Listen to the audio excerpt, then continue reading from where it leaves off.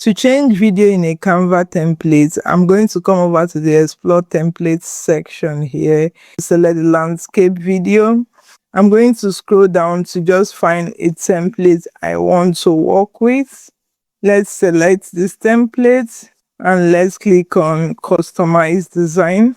Once your template opens up in the editor, you want to click on any element in your design and come over to position so you understand what is going on the design you're working with. For this template, the video is the background and this sign shows you that it's the background.